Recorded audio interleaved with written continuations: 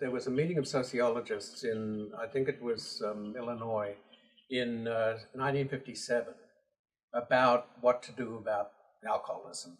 And they went to NIMH and to a guy whose name I think was Fox there, I never met him, who was, and said to him that the problem about alcoholism in America is that we know about it only through Alcoholics Anonymous or through treatment agencies. We don't know anything about what's going on in the general population. We need a study of what's happening with alcohol in the general population. And out of that came a study called the California Drinking Practices Survey, which was located in the State Department of Public Health, but was federally funded through NIMH.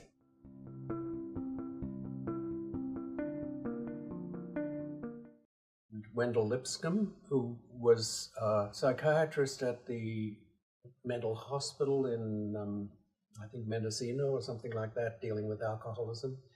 Ira Sisson, who was a statistician, social science statistician, but mainly a statistician, who'd worked in public health a lot. And they hired a woman named Genevieve Knopfer to be the project director on this. Genevieve was originally a sociologist who got a Ph.D. in sociology and then went on to medical school and then went on to become a psychiatrist, which is an unusual combination.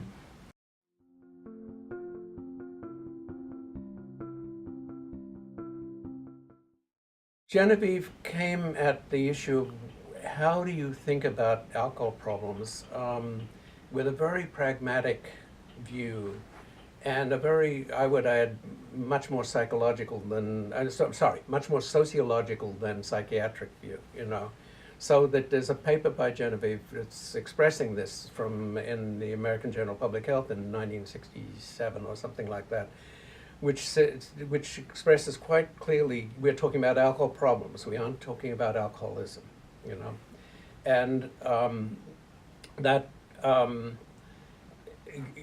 and one of the things, we were known for a while, people around NIAAA, which had come along in the meantime, you know, and we were known as the disaggregation perspective, you know, that it wasn't all one single thing of alcoholism. Mm-hmm. The fact that you had a problem with drink driving, if you looked outside Alcoholics Anonymous or the treatment people, didn't necessarily mean you had a problem with your marriage about drinking and so forth. Mm-hmm.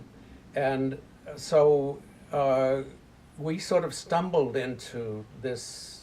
I mean, Genevieve maybe was more conscious about it than I was, but we stumbled into this idea that we were not really talking about the disease of alcoholism once we turned to a general population sample. We were talking about the problems that could happen that, you know, alcohol was a factor in, essentially.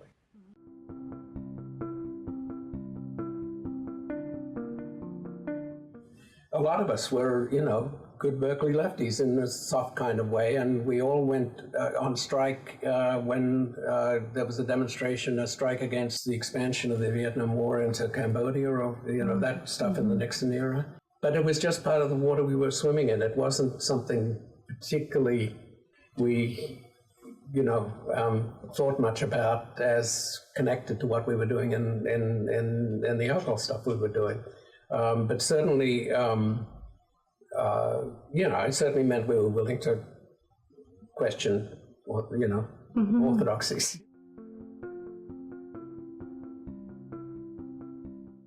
There were a whole bunch of things that were leading to a kind of shift in frame from the alcoholism frame to the alcohol problems frame that in public health that happened, you know, during the course of the 70s, essentially. Certainly, you know, if you look back at the questionnaires, there was an awful lot in the questionnaires. You know, when it comes down to, if you're going to measure alcohol problems, then you end up talking about, well, how does it affect your different life areas? You know, there was a little set of items that we called the life area problems, you know, Yeah, which included friendship, which included your family, which included workplace, as well as your health.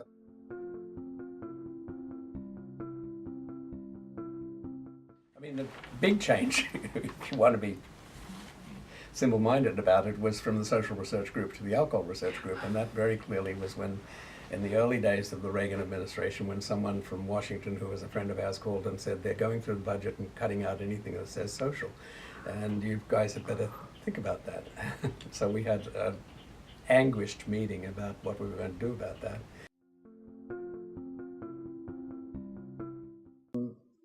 We very early got interested in what was happening in other countries, and so we were, at the heart of what eventually became the Kettle-Brune Society for Social and Epidemiological Research on Alcohol, which is the international thing.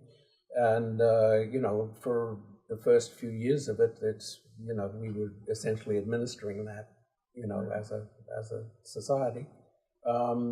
It started with, essentially holding little meetings around the edge of international conferences, essentially, of people who were interested in surveys in the general population. Well, in one way or another, I'm a creation of Berkeley in the 1960s, I mean, in terms of my,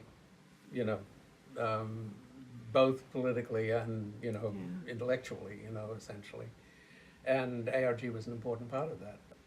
And certainly in terms of my research, I mean, I'm a product of ARG, there's no question of it.